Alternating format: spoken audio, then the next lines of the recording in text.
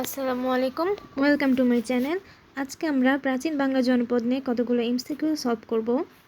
তো প্রথম প্রশ্নটি হলো, শশাঙ্ক বাংলার কোন জনপদের রাজা ছিলেন? উত্তর হবে খ, গৌড়। 2 নম্বর প্রশ্ন, প্রাচীনকালে গুরুত্বপূর্ণ নৌ বাণিজ্যের কেন্দ্র হিসেবে পরিচিত জনপদ কোনটি? উত্তর হবে ঘ, তাম্রলিপ্ত। 3 নম্বর প্রশ্ন, চাণক্য কার রাজত্বকালে প্রধানমন্ত্রী ছিলেন? উত্তর হবে গ, চন্দ্রগুপ্ত মৌর্য। 4 নম্বর প্রশ্ন, বাংলার প্রথম স্বাধীন ও সার্বভৌম রাজা কে? উত্তর হবে গ, শশাঙ্ক। 5 নম্বর প্রশ্ন, মহাকবি কালিদাসের রঘুবংশ কাব্য অনুযায়ী প্রাচীন বঙ্গ জনপদটি কোন দুটি নদীর মধ্যবর্তী বদ্বীপ ছিল? উত্তর হবে খ, ভাগীরথী ও পদ্মা। 6 নম্বর প্রশ্ন, কোন শাসকের এলাহাবাদ লিপিতে সমতটের উল্লেখ পাওয়া যায়? উত্তর হবে ক, সমুদ্রগুপ্ত। 7 নম্বর প্রশ্ন, উত্তর ভারতে শশাঙ্কের প্রধান প্রতিদ্বন্দ্বী কে ছিলেন? উত্তর হবে খ, হর্ষবর্ধন। 8 নম্বর প্রশ্ন, ইন্দ্রগুপ্ত নামক বৌদ্ধ শাস্ত্রবিদ্যাকে নালন্দা বিশ্ববিদ্যালয়ের অধ্যক্ষ নিযুক্ত কে করেছিলেন? উত্তর হবে খ, দেবপাল। 9 নম্বর প্রশ্ন, কার সময় সেন বংশের শাসন সুপ্রতিষ্ঠিত হয়? উত্তর হবে খ, বিজয় সেন। 10 নম্বর প্রশ্ন, উপমহাদেশের প্রথম স্বর্ণমুদ্রা চালু করেন কে? উত্তর হবে ক, কুষাণ।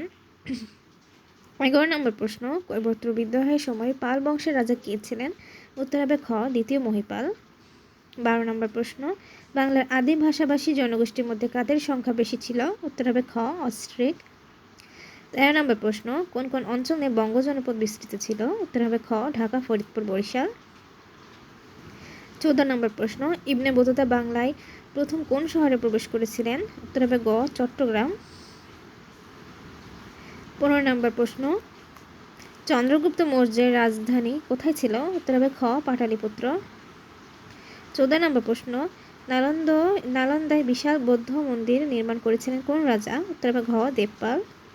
15 নম্বর প্রশ্ন, বাংলায় সেন বংশের শাসন কোন শতকে শুরু হয়? উত্তর হবে ঘ, 11 শতক। 16 নম্বর প্রশ্ন, ত্রিশক্তি সংঘর্ষের বাংলার পাল বংশের প্রতিনিধি কে ছিলেন? উত্তর হবে গ, ধর্মপাল। 17 নম্বর প্রশ্ন, বাংলার সবচেয়ে প্রাচীন ও সমৃদ্ধ রাজ্য ছিল কোনটি? উত্তর হবে গ, পুন্ড্র। 18 নম্বর প্রশ্ন, প্রাচীন পুন্ড্রনগর কোন নদীর তীরে অবস্থিত? খ, করতোয়া। 19 নম্বর প্রশ্ন, বাংলার প্রথম স্বাধীন সুলতান কে ছিলেন? উত্তর হবে খ, ফখরুদ্দীন মুবারক শাহ। 20 নম্বর প্রশ্ন, সমাদর জনপদের অন্তর্ভুক্ত ছিল নিচের কোন জেলা? উত্তর হবে ক, কুমিল্লা। 21 নম্বর প্রশ্ন, বাংলায় সেন বংশের শাসন কত শতকে শুরু হয়? উত্তর হবে ঘ, 11 শতক। 22 নম্বর প্রশ্ন, মাছরাঙা সম্পর্কে জানা যায় কোন গ্রন্থে? উত্তর হবে ক, রামচরিত কাব্য। 23 নম্বর প্রশ্ন, ইন্ডিকা কার গ্রন্থ? উত্তর হবে ঘ, মেগাস্থিনিস। 24 নম্বর প্রশ্ন, চাণক্য কার প্রধানমন্ত্রী ছিলেন? উত্তর হবে ক, চন্দ্রগুপ্ত মৌর্য। 25 নম্বর প্রশ্ন, প্রাচীন গৌড় নগরীর অংশবিশেষ বাংলাদেশের কোন জেলায় অবস্থিত?